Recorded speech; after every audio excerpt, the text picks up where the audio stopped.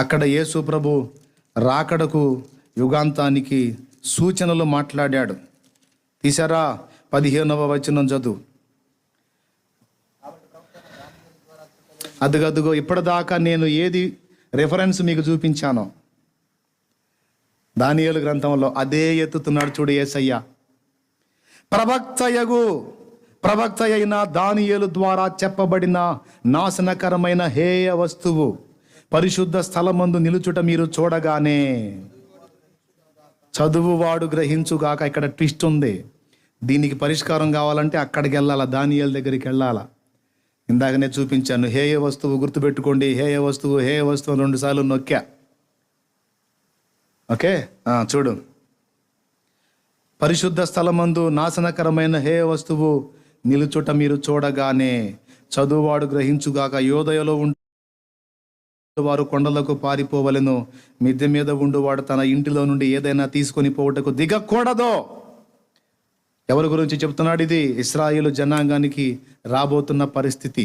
అంటే ఇక్కడ యేసు ప్రభు మాటల్లో ఏమర్థమవుతుందంటే, భవిష్యత్తులో ఇజ్రాయేలు జనాంగం మళ్ళా పాత నిబంధన క్రమంలో దేవాలయ నిర్మాణం జరిగించి అనుదిన యాగాదులు ఉన్నాయి కదా, అనుదిన బలి కాండలు ఉన్నాయి కదా, యజ్ఞకాండలు ఉన్నాయి కదా, బలి యజ్ఞకాండలు అవన్నీ మళ్ళా మొదలు పెడతారు. వాళ్ళు మొదలుపెట్టి అనుదిన బలులు నైవేద్యములు మళ్ళా ఆ పాత నిబంధనలో మోషే కాలం ఎలాగైతే అర్పించారో అలా తిరిగి మొదలు పెడతారు.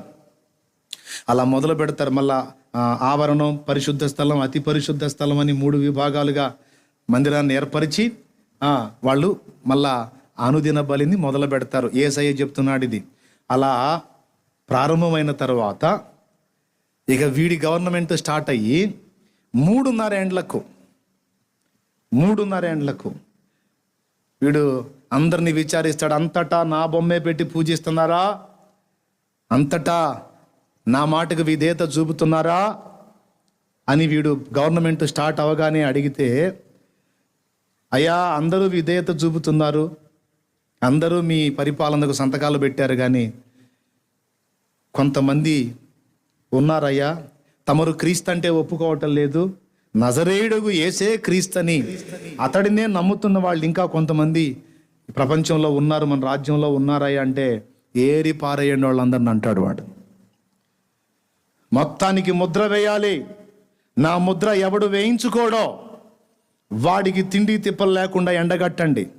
వాడు క్రయ విక్రయాలు చేయకుండా, వాడికి డబ్బున్నా సరే పనికి రాకుండా బ్రేక్ చేయండి అన్నట్టు అందరి అకౌంట్స్ మన గుప్పెట్లోనే ఉన్నాయి కదా. ఇప్పుడు డబ్బులు మన చేతుల్లో ఉన్నాయి. భవిష్యత్తులో అంతా ఏమవుతుంది? మనీ సర్క్యులేషన్ అంతా ఎట్లా జరుగుతుంది? ఇప్పటికే సెల్ టు సెల్ వచ్చేసింది, సిస్టమాటిక్ అయిపోయింది. ఒకరి అకౌంట్లోంచి ఒకరి అకౌంట్లోకి ట్రాన్స్ఫర్ సెక్షన్ వచ్చింది కదా. ఇదే పరాకాష్ఠకి వెళ్తుంది. అప్పుడు ఎవరి చేతిలో పైసలు ఉండవు, దొంగ నోట్లు ముద్ర వేసే అవకాశం లేకుండా, బ్లాక్ మనీగా డబ్బులు దాచిపెట్టుకునే ఛాన్స్ లేకుండా ఇప్పటికే గవర్నమెంట్లు కళ్ళు తెరిచాయి. నగదు రహిత పాలన అని మొత్తుకుంటున్నారు. గుర్తుందా? డబ్బులు చేతుల్లోకి ఇస్తే చక్కగా దాచిపెట్టుకుంటున్నారు, బ్లాక్ మనీగా డబ్బులు దాచిపెట్టుకుని ముసుగులు అవి కొనుక్కుంటున్నారు. ఇక అందరి అకౌంట్లన్నీ, అందరి మనీ అంతా కూడా బ్యాంకులో ఉండి ఆ లెక్క అంతా కూడా గవర్నమెంట్కి అందుతూ ఉంటే ఎవడెంత వేసాడో లెక్క తెలిసిద్ది, ఎవడెంత తీసాడో లెక్క తెలిసిద్ది. చక్కగా అందరి దగ్గర పనులు వసూలు చేసుకోవచ్చు. ఎవడన్నా ఎగస్ట్రాలు చేస్తే బ్రేక్ చేయొచ్చు కూడా. సూపర్ ఉంటుంది. అందుకే ఇప్పుడు మన వాళ్ళంతా రంగం సిద్ధం చేసి ఇప్పుడు వాటిని అమల్లోకి తెస్తున్నారు. ఇవన్నీ దేనికో తెలుసా? అంత్య అబద్ధ క్రీస్తు లైన్లోకి వచ్చినప్పటికీ టోటల్గా ఒక్కడి చేతిలో కూడా డబ్బులు ఉండవు. అంత డబ్బులంతా కూడా సెల్ టు సెల్ అన్నట్టు వెళ్ళిపోతూ ఉంటాయి అన్నమాట. అందరి అకౌంట్స్ వాడి గుప్పెట్లో ఉంటాయి.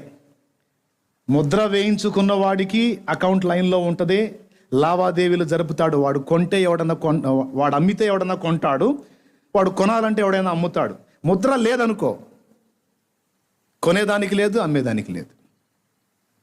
కాబట్టి నన్ను, నా గవర్నమెంట్ని ఎవడు తిరస్కరిస్తాడో, ఆ నజరేయుడు యేసుని ఎవడు నమ్ముతున్నాడో వాళ్ళందరినీ ఏరేయండి రా, ఎదురు తిరిగితే చంపేయండి, అవసరం అయితే వాళ్ళని హింస పెట్టండి, జైళ్లలో వేయండి, కొళ్ళబొడవండి. నన్ను ఒప్పుకున్న దాకా వాళ్ళని టార్చర్ చేయండి. అయ్యగారు మరి తప్పించుకొని బతికితే, తప్పించుకుంటే వాళ్లకు తిండి తిప్పలు దొరకకుండా ఈ ముద్రామల్లో పెట్టండి. ఎంత తప్పించుకున్న వాడు ఊళ్ళోకి వచ్చి సరుకులు కొనుక్కొని పోవాలిగా. అడవుల్లో నక్సలైట్ లాగా బతికినా ఊళ్ళోకి వచ్చి సరుకులు కొనుక్కొని పోవాలిగా. వాడు కొనటానికి అమ్మటానికి వీలు లేకుండా ముద్రా లైన్లో పెట్టండి. ఎటు ప్రక్క కూడా వాళ్ళకి బతికే ఛాన్స్ ఇవ్వకుండా జాగ్రత్త చేయండి రా, వాళ్ళంతూ నేను తేలుస్తానని వాడు ఆజ్ఞ లైన్లో పెడతాడు. ఇది జరగబోతుంది. వాయమ్మో, సావు కబురు చల్లగా చెబుతున్నావురా బాబా. మరి అప్పుడు మన గతి ఏంటంటే, అదిగదుగు అప్పుడే ఏలియా దేవుడు ప్రత్యక్షమవుతాడు. దేవునికి స్తోత్రం కలుగును గాక. అప్పుడే మన దేవుడు ఏలియా దేవుడు అవుతాడు. వాడి బొంద వాడి పెట్టేది ఏమిటి నా పిల్లలారా, నేను మిమ్మును పోషించదను అని అప్పుడు దేవుడు మనల్ని పోషించడం మొదలు పెడతాడు. వదిలిపెట్టడు.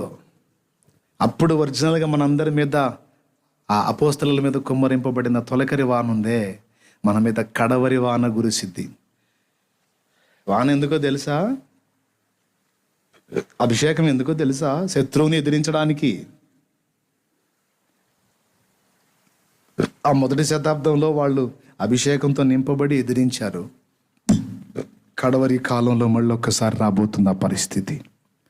అందుకు గుమ్మరిస్తాడు మళ్ళా. అప్పుడు మండుతారు అన్నమాట. మండి లెక్కజేరిగా చంపుతావా, చంపురా అని తలిస్తారు. అయ్యో మమ్మల్ని ఏం చేయొద్దు అనరో. సింహాల బోన్లో వేస్తావా, ఎయ్యి ఎయ్యి, ఇంకా కొద్ది రోజులేగా వస్తున్నాడుగా. నువ్వు చంపి మమ్మల్ని పూడ్చిపెట్టినా ఇవాళ కొట్టి చెప్పాలనిపిస్తుంది కానీ కొడితే మర్యాద ఉండదు, అందుకని కొట్టట్లేదు.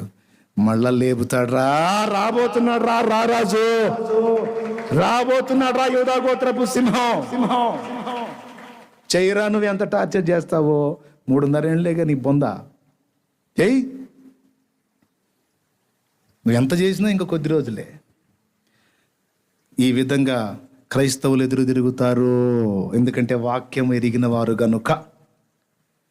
కొంతమంది ఆయన దినం దొంగ వలె వచ్చిద్ది, దొంగ వలె వచ్చిద్ది అంటున్నారు. దొంగ వలె వచ్చేది సిద్ధపడని వాళ్ళకి, లోకస్తులకి.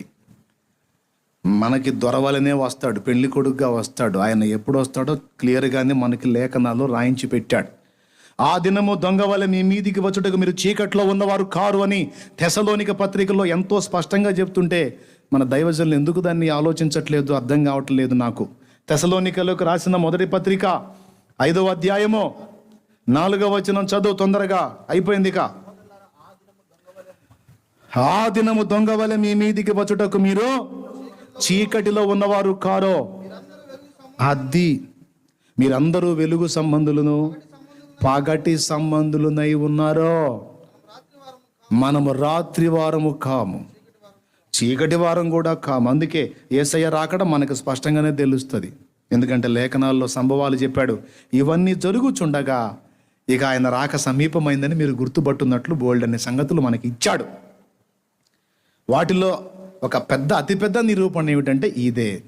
మొదట భ్రష్టత్వము సంభవించి నాశన పాత్రుడకు పాప పురుషుడు బయలుపడాలి, అప్పుడు ఆ దినం వస్తుంది అన్నాడు.